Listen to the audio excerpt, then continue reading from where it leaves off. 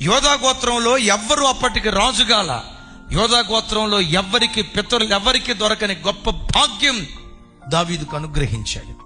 430 సంవత్సరాల నుంచి ఏ ఇశ్రాయేలుడు చేయలేని కార్యం ఒక మోషేను బలపరిచి మోషే ద్వారా 430 సంవత్సరాల బానిసత్వం నుంచి ఇశ్రాయేలుని విడిపించాడు. యోకెబెదు చేయలేని కార్యం, అబ్రాము చేయలేని కార్యం, పితరులు ఎవ్వరూ చేయలేని ఓ ప్రత్యేకమైన కార్యం మోషే ద్వారా జరిగించాడు. తమ్ముళ్ళారా, నా వైపు చూడండి. నువ్వు ఒక కారణ జన్ముడివి. ఓ ప్రత్యేకమైన కార్యం నీ ద్వారా ఈ భూమి మీద దేవుడు జరిగించాలని కోరుకున్నాడు. అగైన్, రక్తమాంసముల వల్ల నువ్వు పుట్టిన దానివి కాదు, మానుషికేచ్ఛల ద్వారా పుట్టిన దానివి కాదు. దేవుడు ఒక ప్రణాళిక చొప్పున నిన్ను పుట్టించాడు. నీ పితరుల వంశంలో, నీ తండ్రి వంశంలో, నీ తల్లి వంశంలో ఎవరిని దీవించనంతగా నిన్ను దీవించాలని దేవుడు కోరుకున్నాడు. నిలవబడు, దేవుని సన్నిధిలో నిలవబడు. నా హృదయపు లోతులో నుంచి చెప్తున్నాను, నిన్ను కన్న తల్లి వంశంలో, నిన్ను కన్న తండ్రి వంశంలో, నీ పూర్వపు చరిత్రలో ఎవరిని నిలవబెట్టనంతగా నిన్ను నిలవబెట్టాలని దేవుడు కోరుకున్నాడు. నీ పిల్లలను దేవుడు నిలవబెట్టాలని కోరుకున్నాడు.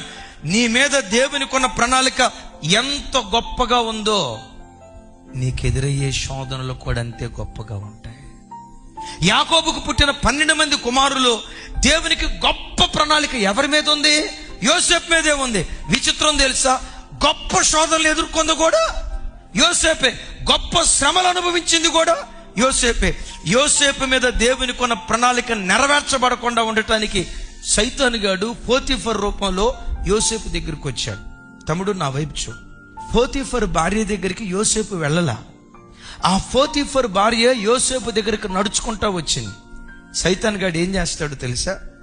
నీ మీద దేవునికి ఉన్న ప్రణాళిక నెరవేర్చబడకుండా ఉండునట్లుగా వ్యక్తులను ప్రేరేపించి మందిరంలోనైనా, కాలేజీలోనైనా, ఆఫీసులోనైనా కొంతమంది అమ్మాయిలను నీ దగ్గరికి పంపిస్తాడు.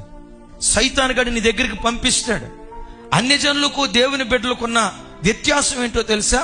అన్యజనుడు పాపం చేయటానికి స్థలాలు వెతకాలి, వ్యక్తులు వెతకాలి, ప్రాంతాలు వెతకాలి. నీ దగ్గరికి వచ్చేసరికి వెతకాల్సిన అవసరం లేదు.